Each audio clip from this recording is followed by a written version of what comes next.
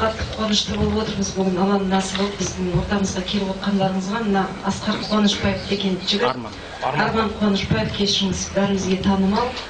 Өзім сізді интернеттен талай тыңдап, талай өзім ақыл алғам сіздің сұхбаттарыңыздан.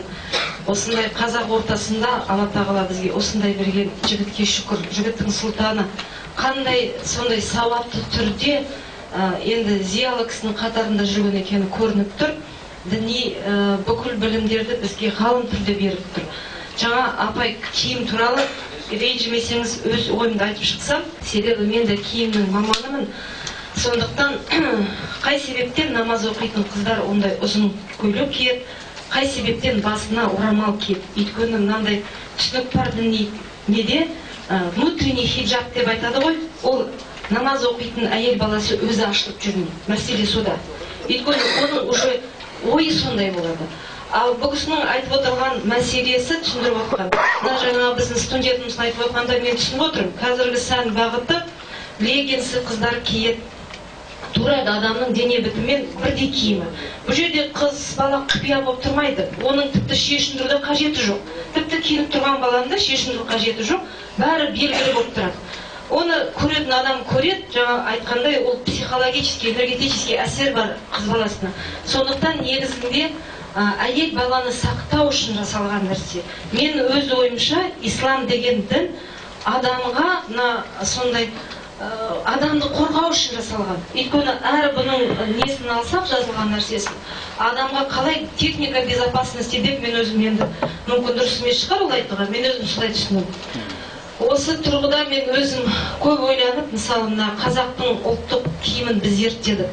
Сонда қазақ ұлттық киімін зерттегенде бір менің докторантым мынандай тақырыпта реконструкция казахской национальной одежды деп. Сонда мен тексергенде қазақ әйелдерінің 18 жылдың ғасырдың аяғында, 19 жылдың ғасырдың басында әйелдердің дене бітімі, бойы қандай болды деп мәлімет таба алмадық. Сосын оны әдіс жасап зерттедік. Сонда зерттегенде бізге енді конструктор ретінде киімге қосымшасы қандай болады адамның дене өлшеміне. Сонда әр әйелдің киген көйлегі ол силуэті бойынша, конструкциясы бойынша жаңа қынама белді болып қалыптасады. Ал бірақ негізінде оның қосымшасы әр көйлекке, әр қамзолға 10 сантиметр болып жүреді. Сонда киім денесінде бос жүретінді. Ол қыз баланы жаңа жасауын жасап береді, тұрмысқа шығады, 2 жасқа толғанша баланы емізеді. Содан кейін сол үйден шығармайтын бұрын келін солайды ғой, 2-ге толғанша. Содан ол жасаумен сөйтіп жүретінді, сондықтан киімді 2-3 размер үлкен қылып тігетінді. Вот бұл жерде это условное понятие, қынама белді деген месеке айтайын деген. Ал енді менің ойымша мына маман ретінде, сосын барып мына дінді үйреніп, сол Аллаға табынып жүрген кісі ретінде мен өзім былай ойлаймын. Мынандай түсінік бар ғой, ұғым, целомудренная деген красота. Вот сіздің айтқан сөзіңіз басқаша қыздарға түсіну үшін, өйткені есть сексуальная красота. Біздің молодежь к этому стремится, к сексуальной красоте.